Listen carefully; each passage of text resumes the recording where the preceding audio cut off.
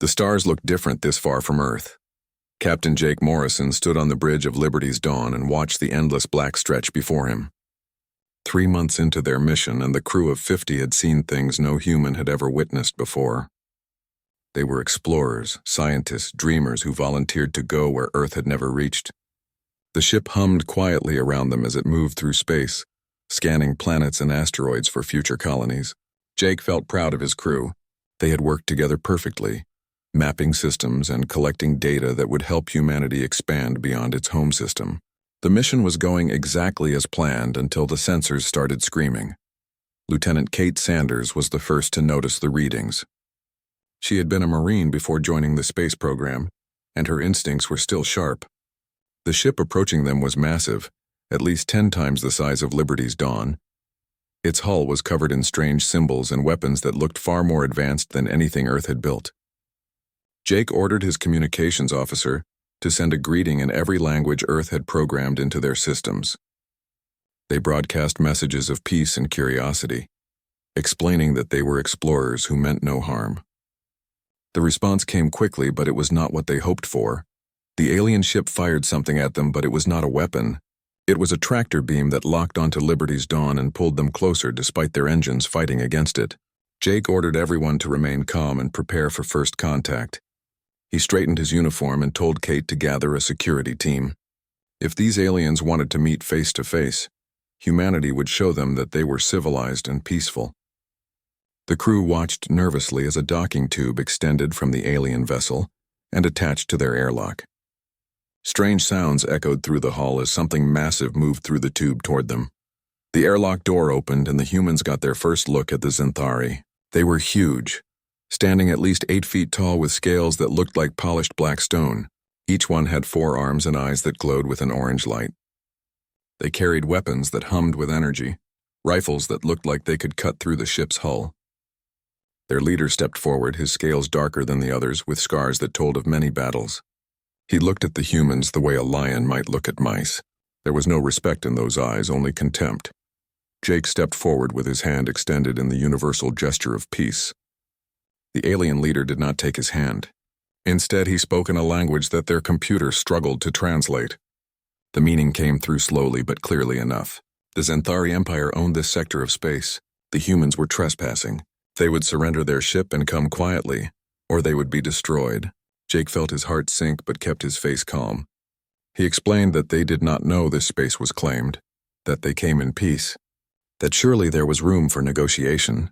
The alien leader, whose name translated roughly to Vecron, did not want to negotiate.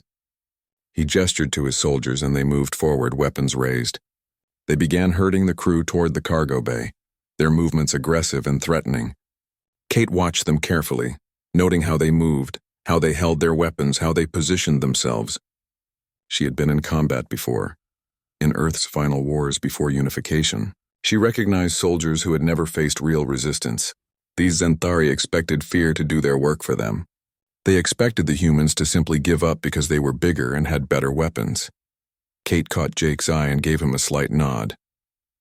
He understood immediately. Years of serving together meant they could communicate without words. Jake cleared his throat and spoke to Vecron, asking if they could at least gather some personal belongings before being taken prisoner. Vecron laughed, a harsh sound that made the translator crackle. He told his soldiers to search the ship for anything valuable while the humans waited. One of the soldiers stepped close to Kate, his weapon pointed at her chest. He said something in his language that the translator rendered as an insult about weak species. That was his mistake. Kate moved faster than the Xanthari expected, faster than their eyes could track properly. Her hand struck the soldier's wrist at a precise point, numbing his grip. The weapon fell. Her other hand drove into his throat, not hard enough to kill but hard enough to make him gasp and stagger back. She caught the plasma rifle before it hit the ground and pointed it at the other soldiers. The entire movement took less than 2 seconds. The Xanthari froze in shock.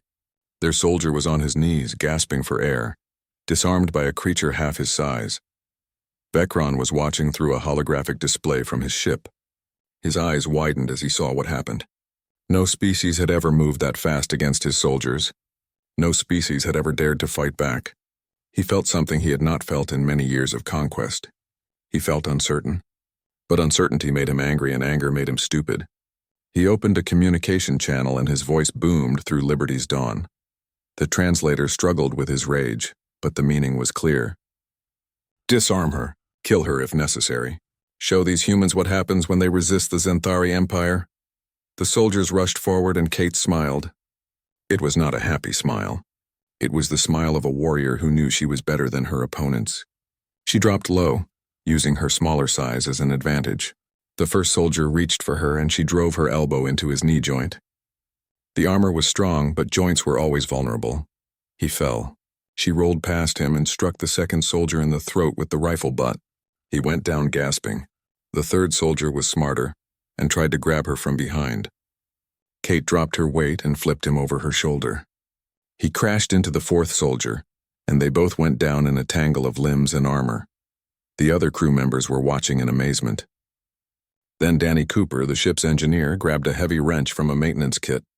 He had played baseball in college and his swing was still perfect. The wrench caught a soldier in the helmet and the alien went down like a sack of rocks.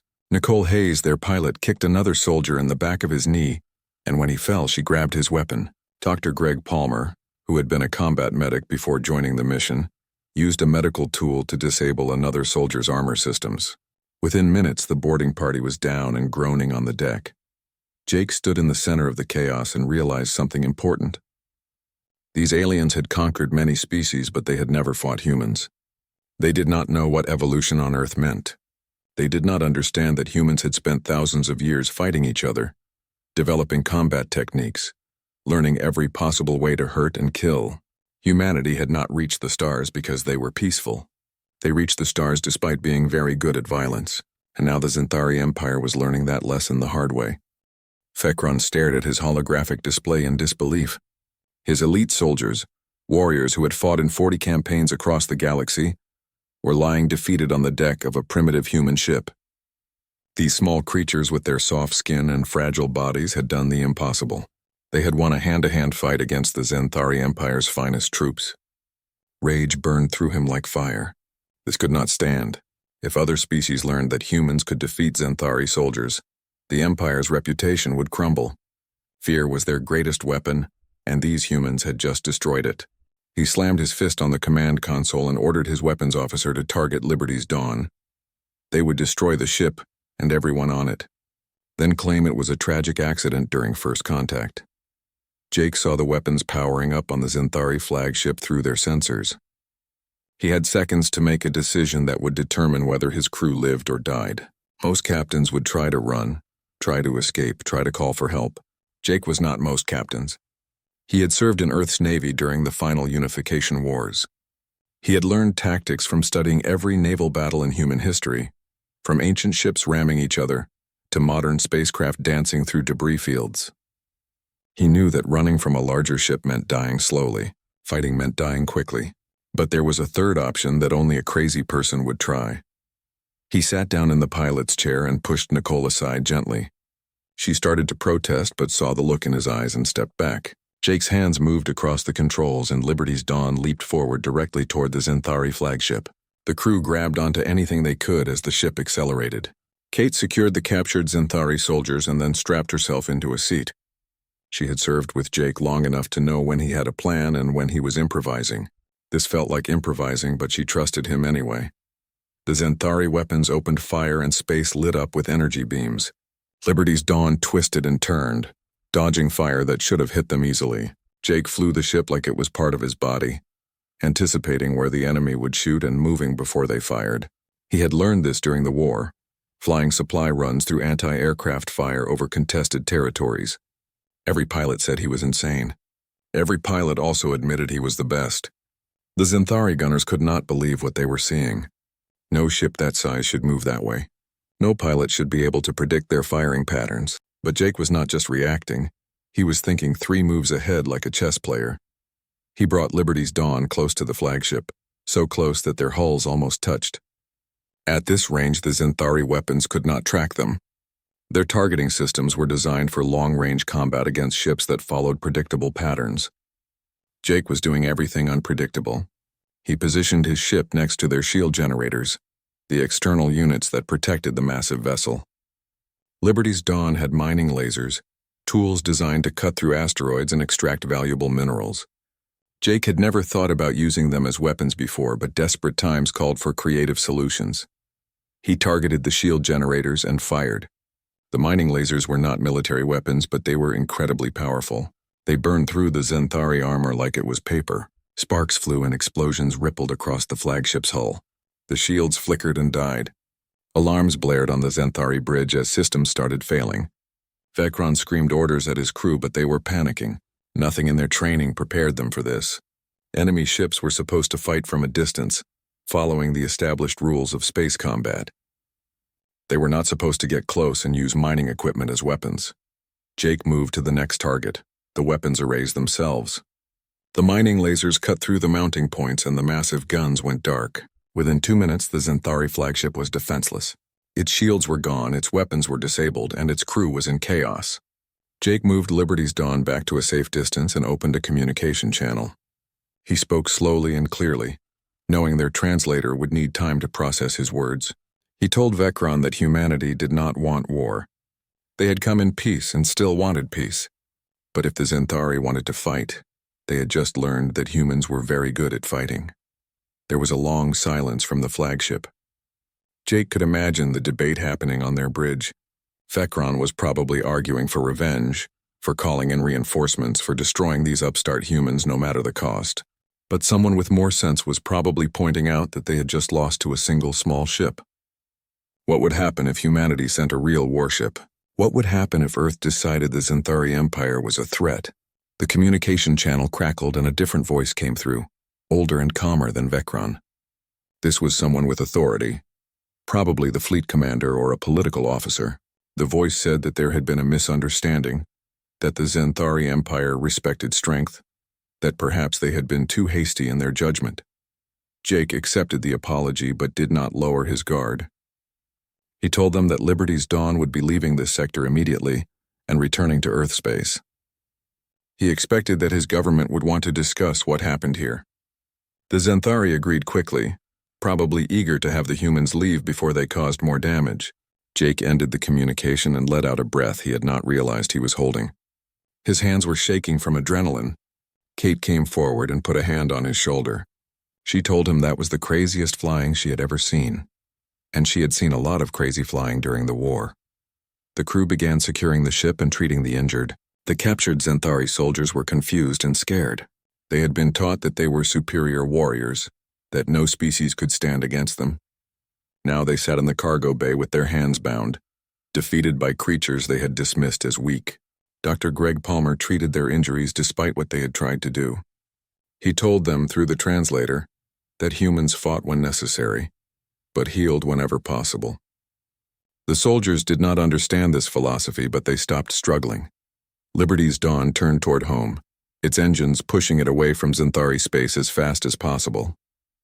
Jake sent a message to Earth Command explaining what had happened. He knew there would be consequences. First contact was supposed to be peaceful, diplomatic, carefully managed. Instead, it had turned into a battle that humanity had barely survived. He worried that he would be court-martialed, that his career would be over, that he had started an interstellar war. But he also knew he had done the only thing possible. He had protected his crew. He had shown the galaxy that humans would not be pushed around, and most importantly, he had survived. The journey home took 3 weeks. During that time, news of the incident reached Earth through quantum communication relays. The response was mixed. Some politicians wanted to apologize and smooth things over with the Zenthari Empire. Others wanted to prepare for war, to build up defenses, to show the galaxy that humanity was ready to fight for its place among the stars. The military was quietly proud. They analyzed Jake's tactics and added them to training programs. They studied the Zenthari combat techniques and developed countermeasures. They prepared for the possibility that first contact was just the beginning of something larger. When Liberty's Dawn finally reached Earth orbit, Jake was not arrested. Instead, he was summoned to a meeting with the Secretary of Space Affairs and the Chief of Naval Operations.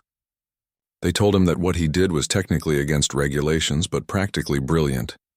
They told him that the Zenthari Empire had contacted Earth through official channels, demanding an explanation and threatening consequences. They told him that humanity needed to send a delegation to the Galactic Council, a governing body that apparently ruled over much of known space. And they told him that despite everything, they were proud of what he had accomplished. He had shown the galaxy that humanity could not be intimidated, could not be conquered, would not go quietly into subjugation.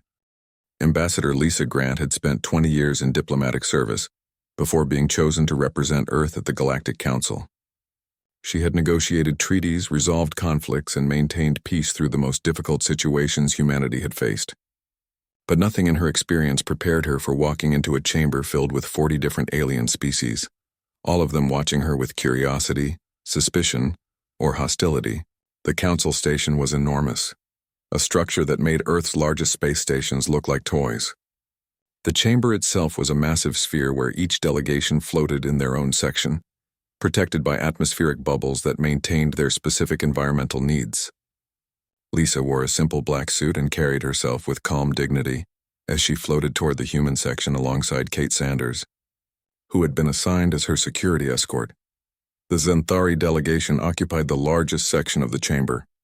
Vecron stood at the front, his scales polished to a dark shine, his forearms crossed in a gesture that looked aggressive. Behind him stood 20 other Xanthari, all warriors, all watching the humans with barely contained anger. The formal charges were read by a neutral species, small beings that looked like floating jellyfish with crystalline structures inside their translucent bodies. They spoke in musical tones that the translation system rendered into dozens of languages simultaneously. The charges against humanity were serious and damning.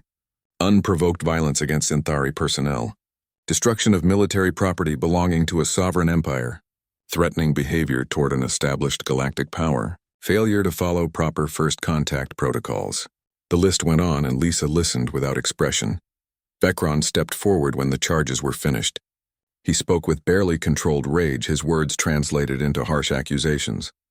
He described Liberty's Dawn as a warship disguised as an exploration vessel.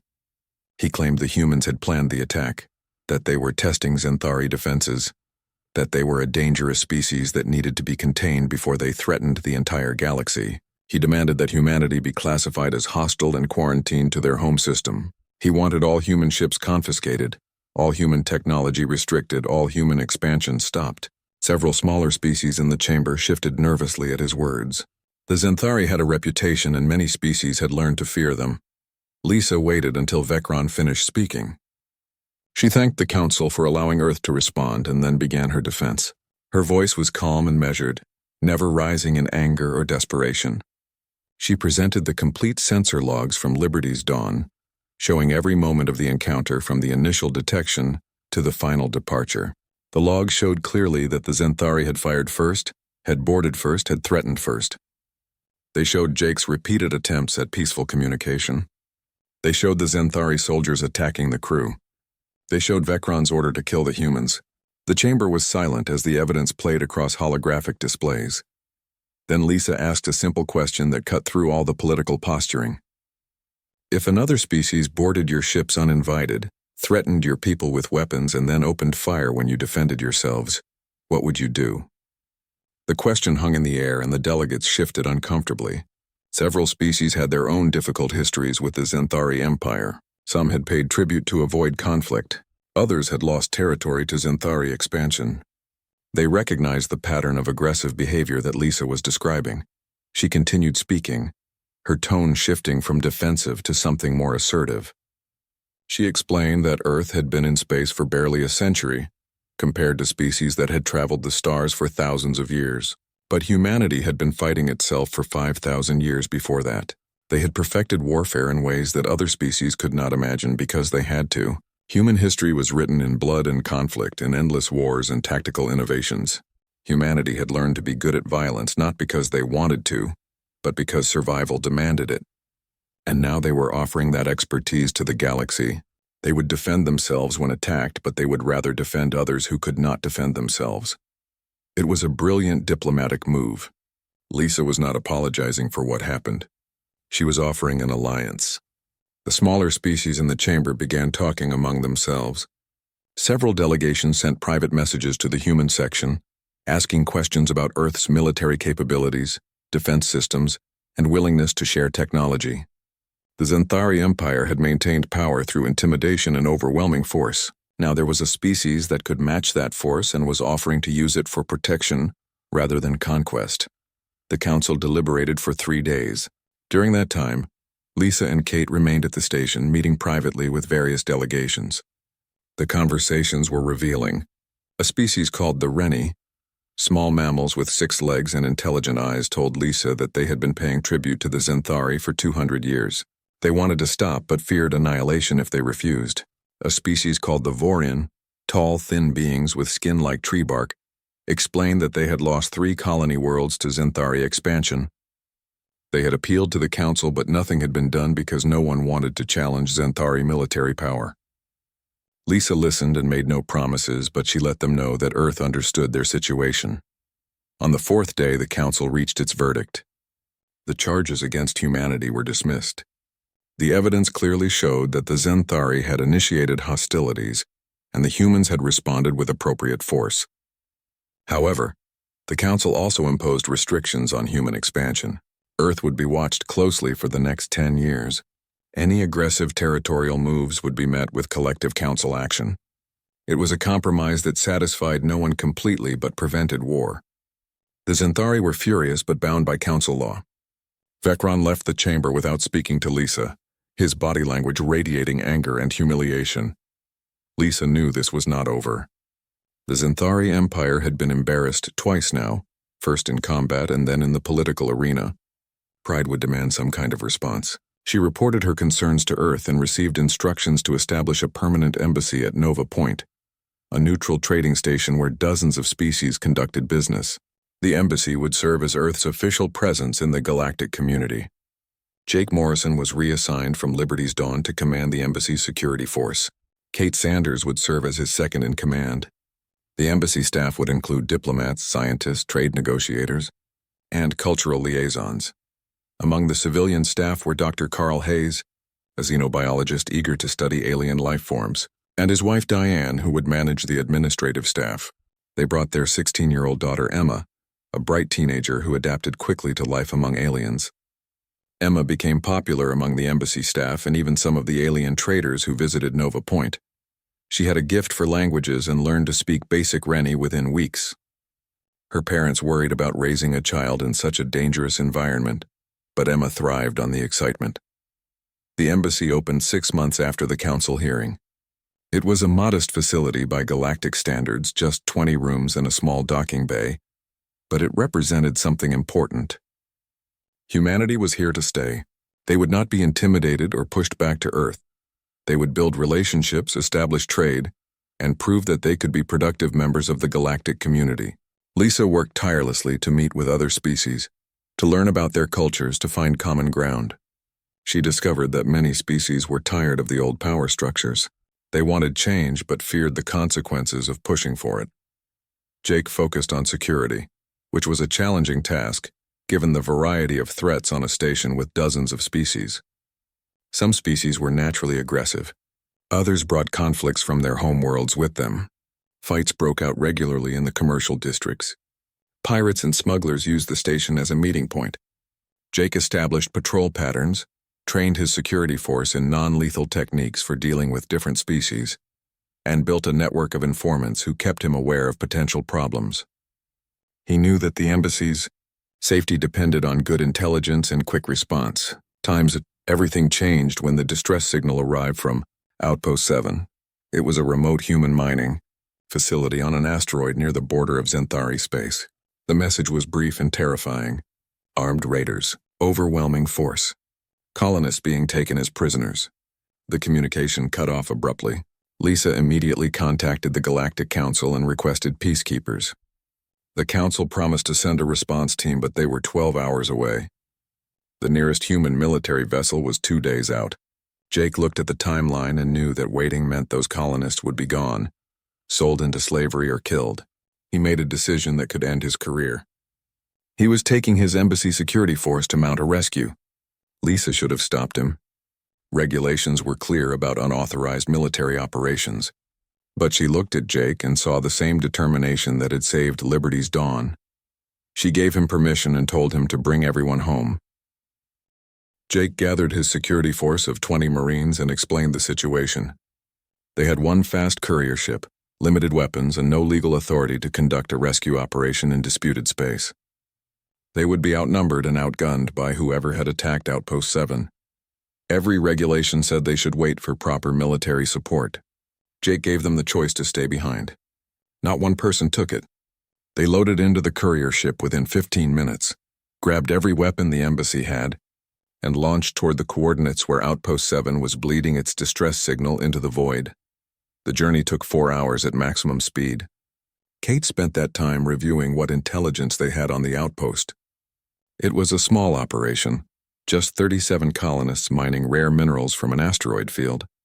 The facility had basic defenses, but nothing that could stop a determined attack. The colonists were families, people who had volunteered to live on the edge of human space because they believed in building a future among the stars. Jake felt responsible for them even though he had never met them. They were humans, his people, and that was enough. When they arrived at Outpost 7, the situation was worse than Jake had feared. 3 raider vessels were docked to the facility, their hulls painted in dark colors without identification markings. But their design was Zenthari, and their weapons were military grade. These were not random pirates. This was an organized operation by someone with resources and connections. Jake watched through the sensors as colonists were being herded from the facility toward the raider ships. They moved slowly, some carrying children, all of them terrified.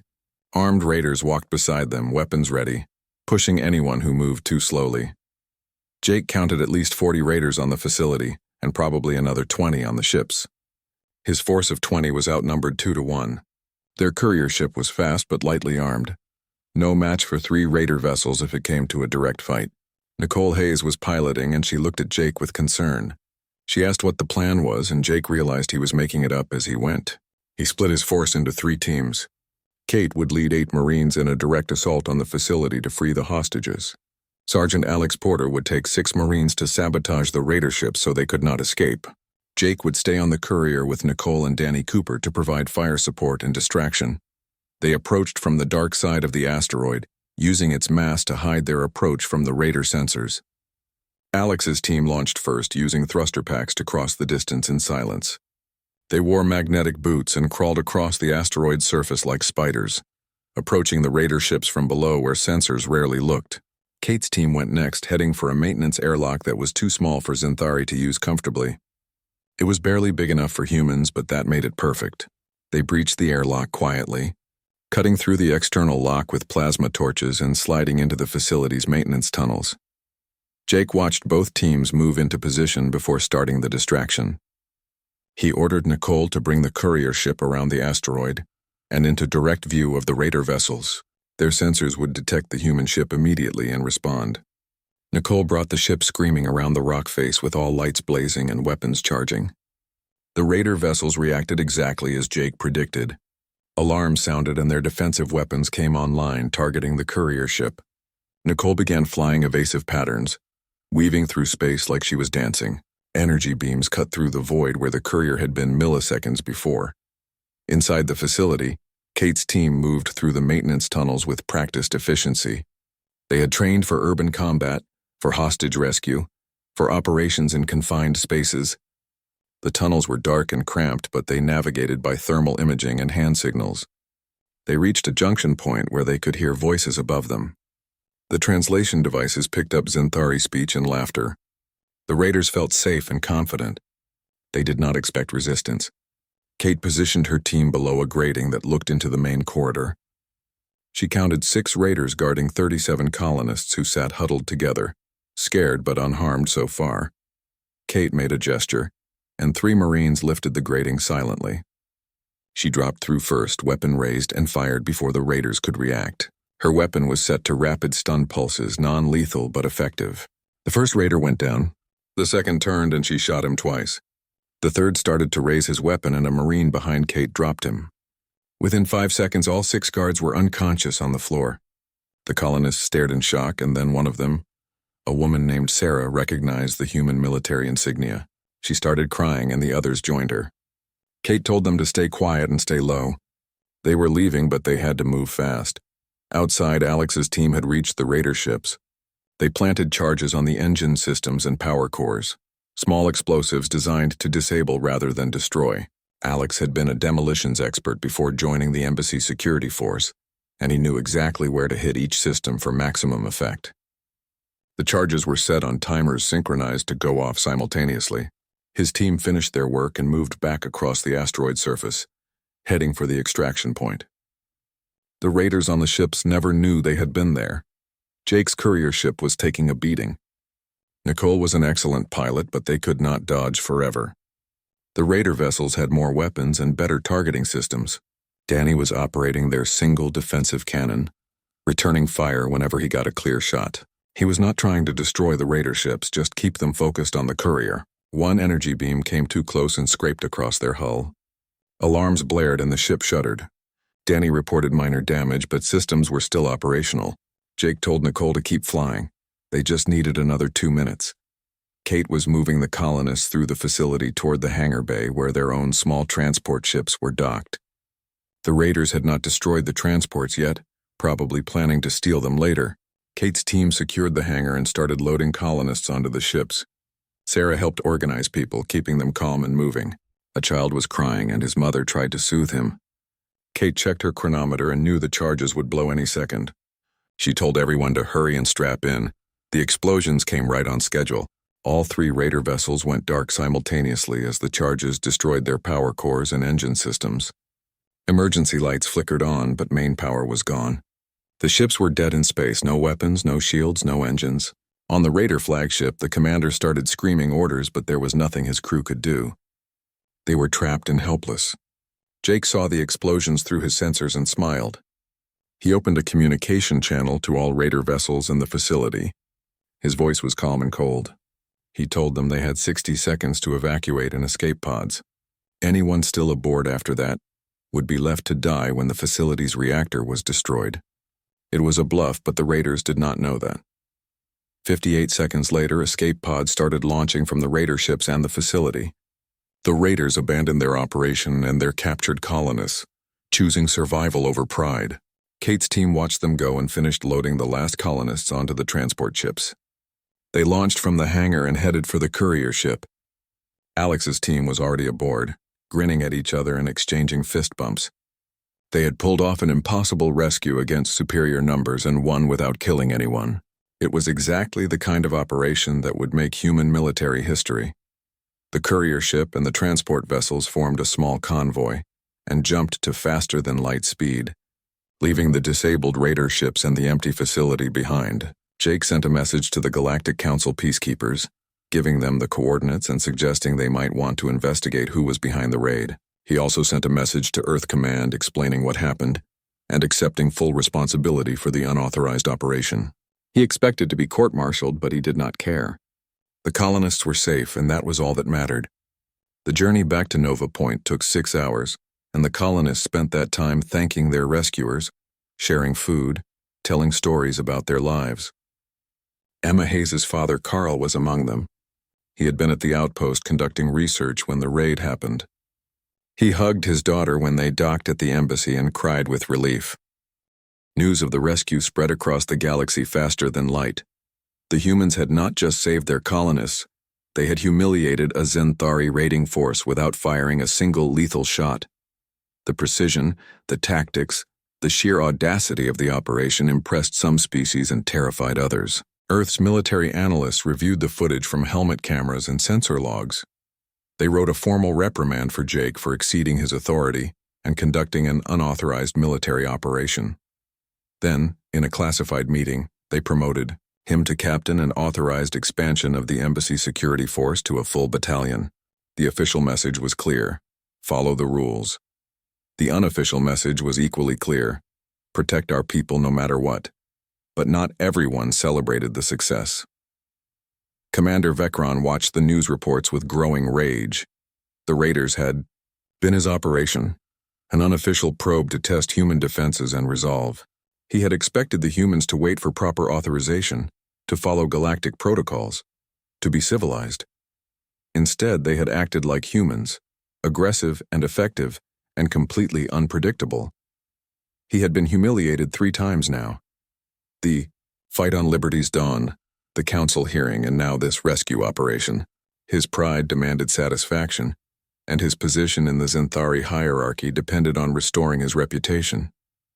He requested a formal meeting with Ambassador Lisa Grant, claiming he wanted to discuss security protocols between human and Zenthari space. Lisa knew this was dangerous, but refusing would look weak. She agreed to meet on neutral ground at Nova Point Station. The meeting room was chosen carefully, a conference space with transparent walls overlooking the stars and multiple security cameras. Vecron arrived with 4 honor guards, massive warriors in ceremonial armor that was still fully functional. Lisa arrived with only Kate Sanders as her companion. The contrast was deliberate. Vecron needed guards to feel safe, while Lisa trusted one person to keep her alive. They sat across from each other at a long table. Vecron spoke first, his voice controlled but his anger visible in the way his scales darkened.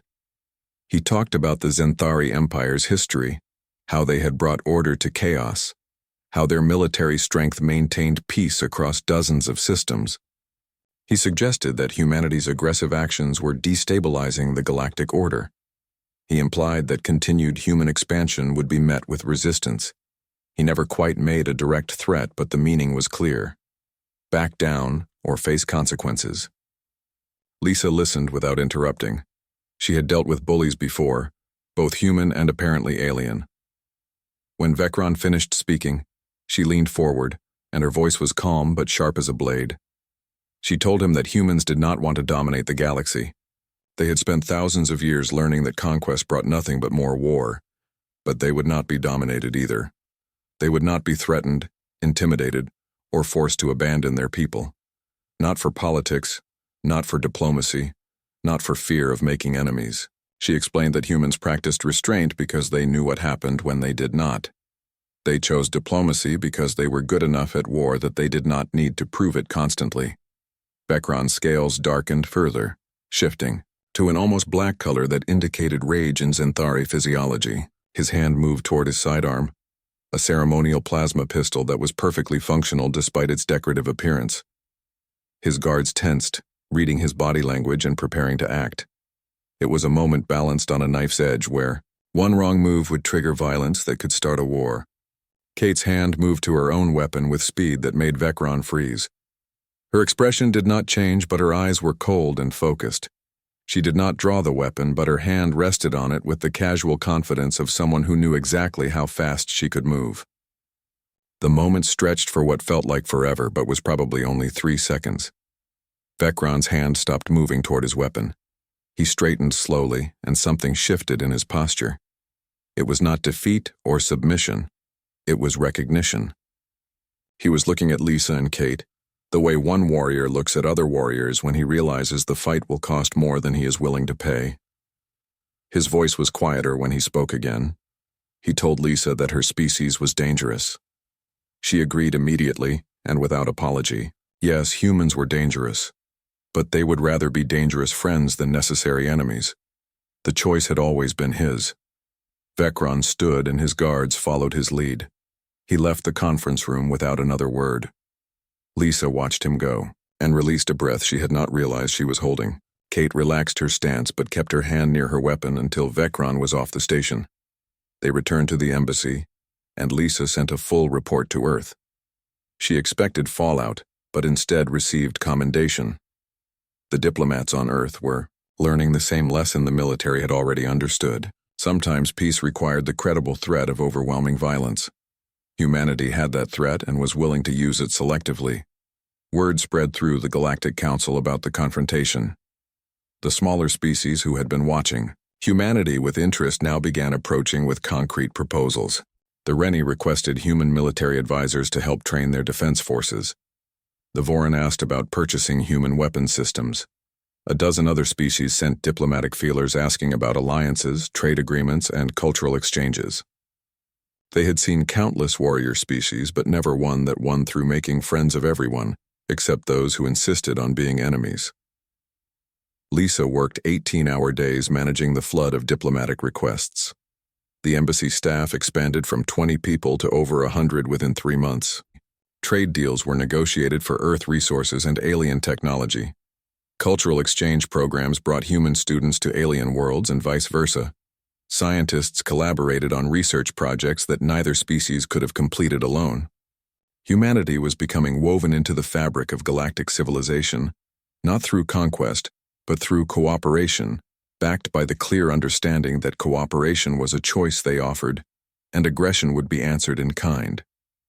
Jake's security force grew to 300 personnel. They trained constantly, studying new species as they arrived at Nova Point, learning their capabilities and vulnerabilities. Not because they wanted to fight them, but because understanding potential threats was the best way to prevent violence. The galaxy was a dangerous place, and humanity had learned that preparation was the price of peace. Several species asked to send observers to human military training and were surprised by what they saw. Humans did not train to dominate or intimidate. They trained to end fights quickly with minimal casualties on both sides. 3 months after the confrontation with Vecron, Lisa received an unexpected message. It came through official Zenthari diplomatic channels, encoded with their highest security protocols. The message was brief and formal. The Zenthari Empire acknowledged human sovereignty and requested establishment of formal diplomatic relations. They wished to discuss matters of mutual security interest. It was not an apology. The Zenthari did not apologize.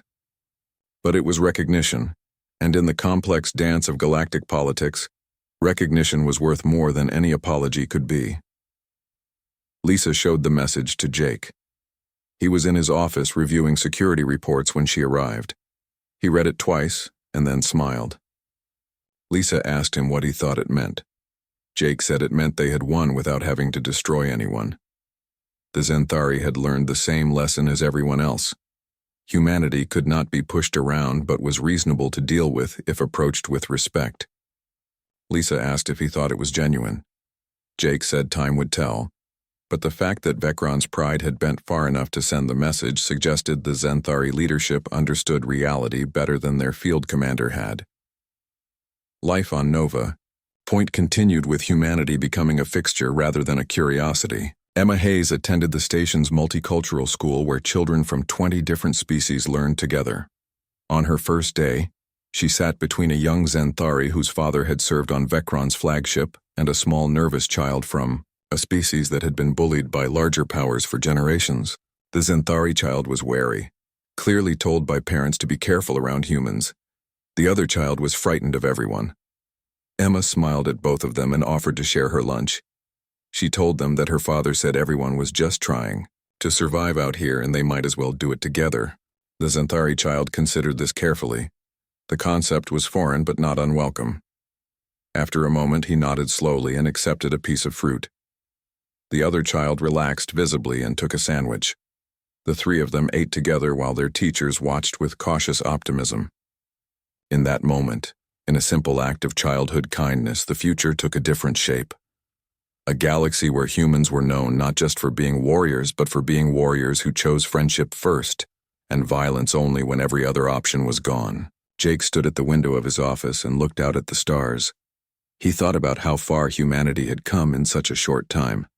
A century ago, they were fighting each other over resources and territory. Now they were making friends with aliens and defending colonists on the far edge of known space. He thought about Vecron's shouted order that had started everything: disarm her. It had been a command given in anger by